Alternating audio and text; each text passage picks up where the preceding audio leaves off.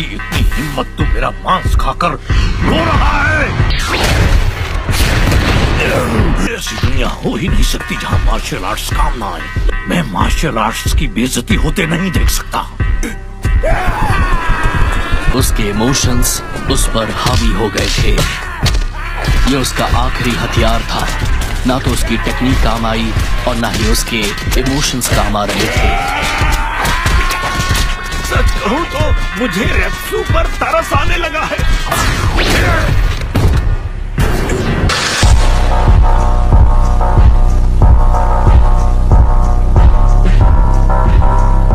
Hey hello guys, আসসালামু আলাইকুম। কি অবস্থা সবার? আজকে আমরা এক্সপ্লেনেশন করতে যাচ্ছি বাকি হানমার সিজন 4। সো এর আগের এপিসোডগুলো অবশ্যই আমাদের চ্যানেল থেকে দেখে নেবেন। So let's start. এপিসোডের শুরুতে আমরা দেখতে পাই যে বাকিকে লুমিনা নামের ওই ছেলেটা কোশ্চেন করতেছিল, তুমি পিকেলকে চ্যালেঞ্জ কেন করছো না? তোমার তো স্বপ্ন পুরো পৃথিবীর সবচেয়ে শক্তিশালী মানুষ হওয়া, তাই না? বাকি তখন বলে, আমি তোমাকে কখন বললাম যে আমি দুনিয়ার সবচেয়ে শক্তিশালী মানুষ হতে চাই? আমার শুধু একটাই স্বপ্ন, আর সেটা হলো আমার বাবাকে হারানো। আর আমার বাবাকে হারানোর জন্য আমি স্ট্রংগেস্ট হতে চাই। তারপর আমাদেরকে দেখানো হয় যে পিকেল সেখানে চিন্তা করতেছিল যে বড় বড় ডাইনোসর কিংবা জানোয়ারও তাকে এমনভাবে রোটেট করতে পারেনি যেমনটা তাকে ইজিরো হানমা করেছিল। মানে এটা তো আমরা এর আগের এপিসোডেই দেখেছিলাম। তারপর আমাদেরকে দ্য সি কিং কাইগো রেডসুকে দেখানো হয়। সে কিনা সেখানে ইট ভাঙতেছিল তার কুংফু বা মার্শাল আর্টস টেকনিক ব্যবহার করে। সেখানে বাকি উপস্থিত ছিল এবং বাকি রেডসুকে বলে যে বাকিকে মার্শাল আর্ট শেখানোর জন্য। কিন্তু রেডসু তখন সেখানে চুপ থাকে এবং আনসার দেয়, আমার আসলে এগুলোতে কোনো ইন্টারেস্ট নেই। আমার এখন সেই পিকেলকে দেখার পর একটা ইন্টারেস্ট, আর সেটা হলো পিকেলকে হারানো। আর আমি তাকে ধরতে চাই, মারতে চাই, এমনকি জিততেও চাই। এজন্য বাকি, আমি তোমার রিকোয়েস্টটিকে রাখতে পারলাম না, কারণ আমি যে 4000 বছর পুরনো কুংফু বা মার্শাল আর্টস পারি, চাইনিজ মার্শাল আর্টসকে ব্যবহার করে আমি সেই জন্তুটাকে হারাতে চাচ্ছি। এজন্য আমি কাউকে এখন ট্রেনিং দিচ্ছি না, বুঝছো বাকি? তুমি এখন এখান থেকে যেতে পারো। তারপর আমাদেরকে দেখানো হয় যে বাকি সেখান থেকে নিরাশ হয়ে চলে আসছে। বাকি তখন বলতেছিল, আচ্ছা আমি যাকেই দেখি সে পিকেলের নামে এত বেশি কথা কেন বলছে। ওইদিকে আমাদেরকে বিজ্ঞানী আলবার্টকে দেখানো হয়। সে ক্যাপ্টেন সাহাব এবং আমাদের টোকো কাবাকে সেখানে পিকেলের কাছে নিয়ে এসেছে। সেখানে বিজ্ঞানী আলবার্ট তাদের সকলকে জানায় যে পিকেলের সামনে আমরা যে কোনো জানোয়ারকে আনি, সে পিকেলকে দেখে বয়ে পালিয়ে যায়। আর পিকেল সে কোনো জিনিসকে তখন পর্যন্ত আক্রমণ করে না যতক্ষণ না পর্যন্ত সেটা পিকেলের উপরে হামলা করবে। এভাবে চলতে থাকলে তো পিকেল এখানে না খেয়ে মারা পড়বে। কিন্তু আমার মাথায় একটা প্ল্যান এসেছে। আমি খুবই শক্তিশালী একটি বিলুপ্ত হওয়া টাইগারকে ধরে নিয়ে এসেছি পিকেলের খাবারের জন্য। আমি জানি এটার জন্য আমাকে অনেক কথা শুনতে হবে, কিন্তু পিকেলকে তো বাঁচাতে হবে, তাই না? এবং সে যখন ওই টাইগারটিকে পিকেলের সামনে নিয়ে আসে, টাইগারটি পিকেলের দিকে যখন হামলা করতে তেড়ে আসে, পিকেলও রেডি হয়ে যায়। এবং পিকেলের সঙ্গে টাইগারটি তখন কোনোভাবেই পেরে ওঠে না এবং পিকেল টাইগারটিকে মুহূর্তের মধ্যে মেরে ফেলে। এবং মারার পর পিকেল টাইগারটিকে খেতে শুরু করে। এই নিউজটি কিন্তু নিউজ পেপারেও ছাপানো হয়েছে। তারপরে আমরা দেখতে পাই যে বিজ্ঞানী আলবার্টকে ডাকা হয়েছে, কারণ সে ওই বিলুপ্ত হওয়া প্রাণীকে পিকেলের সামনে কেন নিয়েছে। তখন বিজ্ঞানী আলবার্ট বলে, পিকেল এমন একজন মানুষ যে কিনা ওই বিলুপ্ত হওয়া টাইগার থেকেও বেশি মূল্যবান। আর আমি কখনো চাইবো না এই মূল্যবান জিনিসটা মারা পড়ুক। সেই টাইগারটিকে পিকেলের সামনে নিয়ে যাওয়া ছাড়া আমার কাছে আর কোনো উপায় ছিল না যাতে আমি পিকেলকে বাঁচাতে পারবো। আর আমি যেমনটা করেই হোক পিকেলকে এখানে মরতে দিতে পারি না। আর এই সম্পূর্ণ খবরাখবরটি বাসায় বসে দ্য সি কিং রেডসু দেখতেছিল। তখনই সে টোকো কাবার কাছে চলে আসে এবং তাকে বলে, আমি শুনেছি আপনাদের নাকি পিকেলের খাবার খুঁজতে এখানে অনেক প্রবলেম হয়েছে। তখনই টোকো কাবা বলে, হ্যাঁ, কিন্তু আমরা অবশ্যই একটি বিলুপ্ত হওয়া টাইগারকে তার কাছে নিয়ে গিয়েছি তার খাবারের জন্য। কিন্তু এতেও কোনো লাভ হবে না, কারণ আমরা তো আর এই টাইগার আর বেশি পাবো না যাতে আমরা পিকেলের জন্য কোনো প্রকার খাবার রেডি করতে পারবো। তখনই সি কিং রেডসু তাকে জানায়, আমি পিকেলের সঙ্গে লড়াই করতে চাচ্ছি এবং আমি যদি হেরে যাই তাহলে আমি পিকেলের খাবার হওয়ার জন্য প্রস্তুত। তখন টোকো কাবা বলে, তুমি কি বলছো বুঝতে পারতেছো তো? তারপর আমাদেরকে এরিনার সিন দেখানো হয়। সেখানে সে এমনভাবে শুয়েছিল যেন তাকে দেখে মনে হচ্ছিল কোনো লায়ন শুয়ে আছে। আর এই দিকে টোকো কাবা, ক্যাপ্টেন সাহাব এবং আমাদের যে বিজ্ঞানী আলবার্ট ছিল সে এরিনাতে বসেছিল।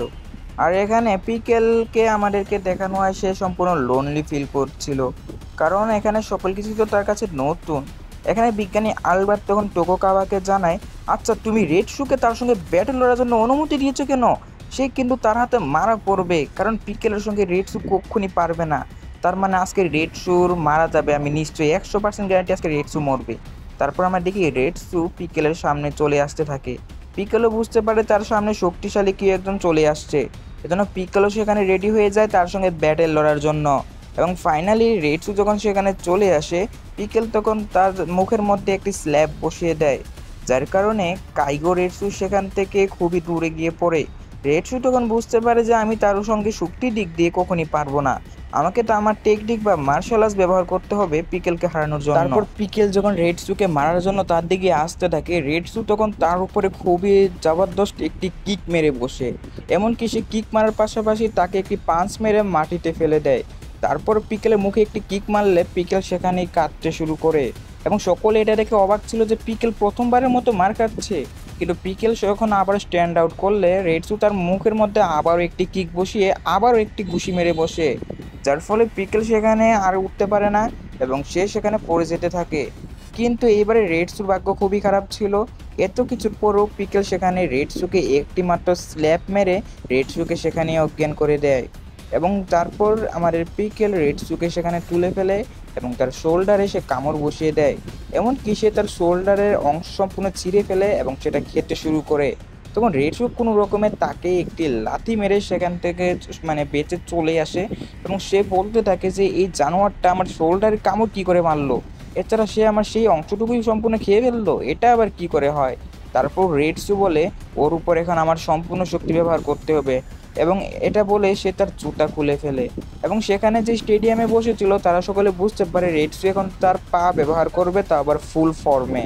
তারপর রেডসু তার একটি পোস্টে চলে আসে যেখানে সে একটি মার্শাল আর্টস টেকনিকটি ব্যবহার করতেছিল, এবং সে পিকেলকে তার উপরে হামলা করার জন্য ডাকে।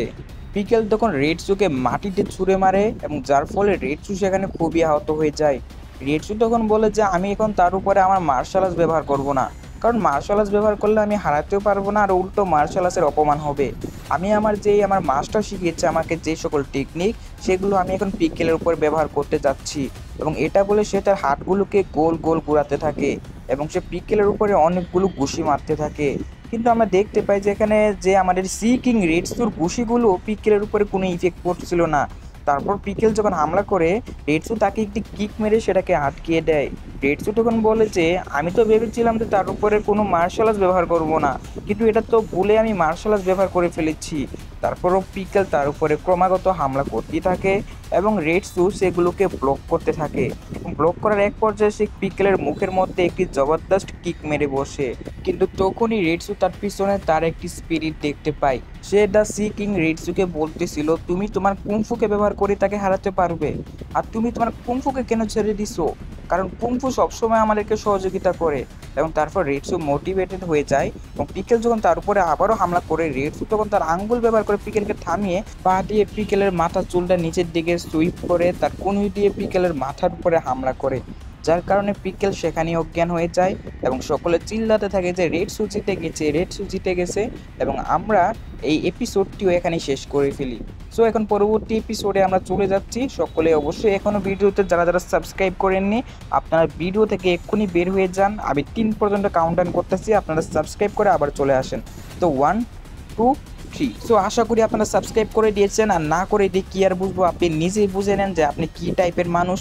সো এখন আমরা আমাদের পরবর্তী ভিডিওতে চলে যাই। এপিসোডে শুরুতে আমরা দেখতে পাই যে রেডসু পিকেলকে হারিয়ে দিয়েছে। তোকোগাওয়া বলে সাবাস রেডসু, কিন্তু শয়তান বিজ্ঞানী আলবার্ট আইনস্টাইন তখন বলে ও পিকেলকে এখনো হারায়নি।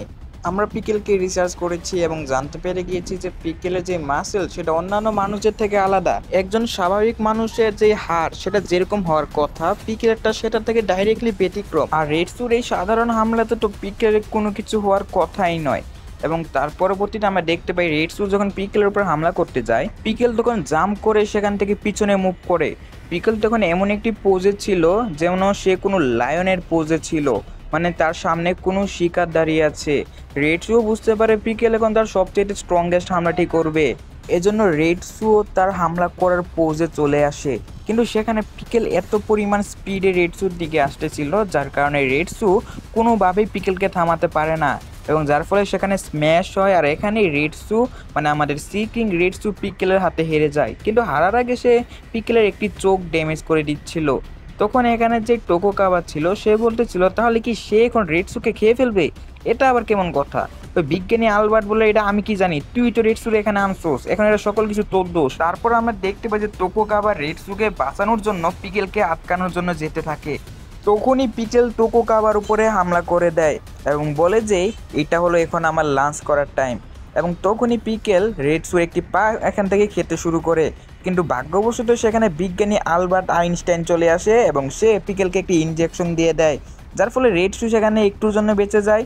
কিন্তু এখানে রেডসুর এখানে সোলজার্স খেয়ে ফেলেছিল, যার কারণে রেডসু এখানে খুবই ইনজুরিড হয়ে যায়। রেডসু তখনও চিন্তা করতেছিল যে আমি আমার ওয়াদা সম্পূর্ণ করতে পারিনি, আমার তো পিকেলকে সম্পূর্ণ বডি খেতে দেওয়া উচিত ছিল। এবং তখনই রেডসুর কাছে বাকি হানমা চলে আসে এবং বলে, তো যেমনটা শুনেছিলাম যে আপনি পিকেলের সঙ্গে হেরে গিয়েছেন, আর এই লড়াই করে আপনার লাভটা কি হলো? হুদাহুদি আপনার একটা পা এবং সোলজার্স এখানে হারালেন। তারপর রেডসু বলে, হ্যাঁ বাকি তুমি ঠিকই বলেছো, তার সঙ্গে ব্যাটেল করা আমার উচিত হয় নাই, কিন্তু আমার এর থেকে বেশি খারাপ লাগতেছে কারণ আমি আমার ওয়াদাটা সম্পূর্ণ করতে পারিনি। তখন এখানে বাকি হান্না বলে, শুনেছি যে আপনি খুবই ভালো টক্কর দিয়েছেন, আর আমার এখানে আশা ছিল যে আপনার কাছ থেকে ট্রেনিং নেওয়া, কিন্তু এখন তো মনে হচ্ছে আপনার অবস্থা দেখে তো এটা সম্ভব নয়। কিন্তু কোনো দিন যদি আবারও এখানে আপনি সুস্থ হয়ে যান, তাহলে আমি অবশ্যই আপনার কাছ থেকে মার্শাল আর্টস বা কুংফু ট্রেনিং নিতে আসবো। এবং এটা বলে বাকি সেখান থেকে চলে যেতে শুরু করে। এবং বাকি যখন যাচ্ছিল তখনই সে চিন্তা করে, পিকেল যে কিনা এতই কি আসলে শক্তিশালী? আর এই দিকে আমরা দেখতে পাই যে দ্রব্য উরুচিত যে কিনা একটি আইস কিউবকে ভেঙে ফেলেছে, অত্যন্ত সূক্ষ্ম একটি সুই যেটাকেও সে দ্বিখণ্ড করে ফেলেছে। তার ছেলে যে কাটসুমে ছিল সে চিন্তা করতেছিল, ওয়াও আমার বাবা এতটাই বেশি শক্তিশালী। কিন্তু দ্রব্যরুচির কাছে টোকোগাবার ফোন আসে, তখন দ্রব্যরুচি জানতে পারে যে রেডসু যে কিনা পিকেলের সঙ্গে ফাইট করেছিল, কিন্তু দুর্ভাগ্যবশত রেডসু সেখানে হেরে যায়। এবং দ্রব্যরুচি বলে তার রেডসুর এখন কি অবস্থা? তখনই আমাদের টোকোগাবা জানায় রেডসুর অবস্থা খুবই খারাপ, রেডসুর একটি পা এবং সোলজার্স খেয়ে ফেলা হয়েছে। তখনই দ্রব্যরুচি কাটসুমিকে সকল কিছু খুলে বললে কাটসুমে তখন বলে, কি সে সি কিং রেডসুকে হারিয়ে ফেলেছে, তাও আবার এত বাজেভাবে? দ্রব্যরুচি বলে, হ্যাঁ, আর রেডসু কিন্তু এমন মানুষ ছিল যে কিনা বাকি হালমাকে টক্কর দিতে পারত, আর সে ওই 4000 বছর পুরনো কুম্ফুকে আয়ত্ত করা মাস্টারকে ডিফিট করে ফেলেছে। তখন কাটসুমি বলে, যে করেই হোক আমি পিকেলের থেকে এটা প্রতিশোধ নিয়েই ছাড়বো। আর এইদিকে রেডসুকে হারানোর খবর চারিদিকে ছড়িয়ে পড়তে থাকে, সকলে এই খবরটা ভালো করে জেনে যায় যে রেডসুকে হারানো হয়েছে। এইদিকে পিকেলকে যেখানে আটকে রাখা হয়েছিল সেখান থেকে সে পালিয়ে যায়। তোকোগাবা তখন বলে, এই দরজা থেকে আজ পর্যন্ত 2জন মানুষই ভাঙতে পেরেছে, একজন হলো ইউজিরো হানমা আর আরেকজন হলো পিকেল। তারপর আমরা পিকেলকে দেখতে পাই সে একটি বিল্ডিংয়ের উপরে বসেছিল। তখন আমাদেরকে একজন ফাইটারকে দেখানো হয়, সে এখানে জাপানিসে ভালোই ক্যারাটে মাস্টার ছিল, কিন্তু রেডসু থেকে সে বেশি পাওয়ারফুল ছিল না। সে তখন একজন ফাইটারকে খুঁজতেছিল যার সঙ্গে সে ব্যাটেল করতে পারবে। তারপর সে যখন এখানে ঘুরতে ঘুরতে একটি জায়গায় যায়, তখনই সে একটি হাত দেখতে পায় যেটা তাকে ভিতরের দিকে টেনে নিয়ে যায়। সে তখন সেখান থেকে বেঁচে আসার চেষ্টা করে, কিন্তু কোনো লাভ হয় না। কয়েক মিনিট পর আমরা দেখতে পাই যে ওই সেম পোশাক পরা একজন লোক, কিন্তু তার থেকে হাইটে বড়, আর যার নাম হচ্ছে এখানে পিকেল, মানে পিকেল তার ড্রেস আপটা নিয়ে নিয়েছে। সে তখন বাইরে আসতে শুরু করে। পিকেল তখন আশেপাশের পরিবেশ বোঝার চেষ্টা করে, আর এত বড় সাইজের মানুষকে দেখে সকলেই এখানে আলোচনা করতেছিল। পিকেল বুঝতে পারে যে তার জামানায় যা কিছু ছিল এই জামানায় এই সকল কিছুর একটাও নেই, এই জামানায় শুধু গাড়ি, লাইট এবং সকল কিছু উন্নত হয়ে গিয়েছে। পিকেল সেখানকার কারোর উপরে হামলাও করে না, কারণ সে তাদের উপরেই হামলা করত যারা পিকেলের উপরে হামলা করতে আসতো। এবং পিকেল যখন রাস্তা পার হচ্ছিল তখনই একটি গাড়ির সঙ্গে তার সংঘর্ষ হয়, এবং যার ফলে পিকেল দূরে গিয়ে পড়ে। কিন্তু পিকেলের এখানে বিন্দু পরিমাণও ক্ষতি হয় না, এবং পিকেল বুঝতে পারে যে গাড়িটি তাকে এখানে আক্রমণ করতে এসেছে। এজন্য সে ডাইরেক্টলি সেই গাড়িটির উপরে অগ্রসর হতে শুরু করে এবং গাড়িটি ভাঙচুর করতে থাকে। সেখানকার যে ড্রাইভার ছিল সে কোনো রকমে সেখান থেকে বেঁচে যায়, কিন্তু পিকেল সম্পূর্ণ গাড়িটিকে পুরো এখানে আলুর ভর্তা বানাতে শুরু করে। এবং সে যখন ফাইট করতে করতে গাড়ির যে পিছনের অংশ চলে আসে সেটাকে ব্রেক ডাউন করে ফেলে, তখনই সে সেটার ভিতরে অনেকগুলো মাটন দেখতে পায়, আর পিকেল খুশি হয়ে সেগুলো তখন খেতে শুরু করে। আর এখানে আমাদের আজকের যে তৃতীয় এবং চতুর্থ এপিসোড রয়েছে সেগুলো শেষ হয়ে যায়। তো সামনে অবশ্য আরও ইন্টারেস্টিং হতে চলেছে। আর এই সম্পূর্ণ সিজন 4 কিন্তু পিকেলের আর্ক নিয়ে হবে, মানে পিকেলের সঙ্গে সকলের ফাইট যেমন জ্যাক হানমার রয়েছে, কাটসুমো রয়েছে, তাদের সকলের ফাইট হবে পিকেলের সাথে। সো সেইগুলোর রেজাল্ট কি হতে চলেছে এটা জানতে হলে অবশ্যই সিজন 4 তো আমাদেরকে কন্টিনিউ করতে হবে। আর টোকিও রিভেঞ্জার সম্পর্কে আমরা একটি পোল ওপেন করেছি, আপনারা সবাই সেই পোলে ভোট দিয়ে আসবেন যে আপনারা টোকিও রিভেঞ্জার্সের সিজন 3 কি দেখেছেন কি না। মানে টোকিও রিভেঞ্জার্সের যে 3টা সিজন আছে ওই 3টা সিজন কি আপনারা ফুল কমপ্লিট করেছেন কি না। যদি না করে থাকেন তাহলে অবশ্যই আপনারা তাড়াতাড়ি কমপ্লিট করে নেন, কারণ আমরা খুব শীঘ্রই টোকিও রিভেঞ্জার্সের সিজন 4 এক্সপ্লেনেশন করতে যাচ্ছি। সো ওই 3টা সিজন আপনারা যেভাবেই পারেন এখানে এক্সপ্লেনেশন দেখে নেন, কিংবা আপনারা অনলি জাপানিজ ফলো করতে পারেন, কিংবা অনলি জাপানিজে তো সিজন 3 সম্পূর্ণ নাই। সো আপনারা এনিমি এক্সপ্লোর ভিডিও ওনার চ্যানেলটাও দেখতে পারেন, কিংবা অন্য কোনো হিন্দি চ্যানেলও দেখতে পারেন। আর তারপর আমরা সিজন 4 এক্সপ্লেনেশন আমরা খুব শীঘ্রই করতে যাচ্ছি। সো সকলে ভালো থাকবেন, সুস্থ থাকবেন এবং আমাদের এনিমেটিক জোনের সঙ্গে থাকার চেষ্টা করবেন।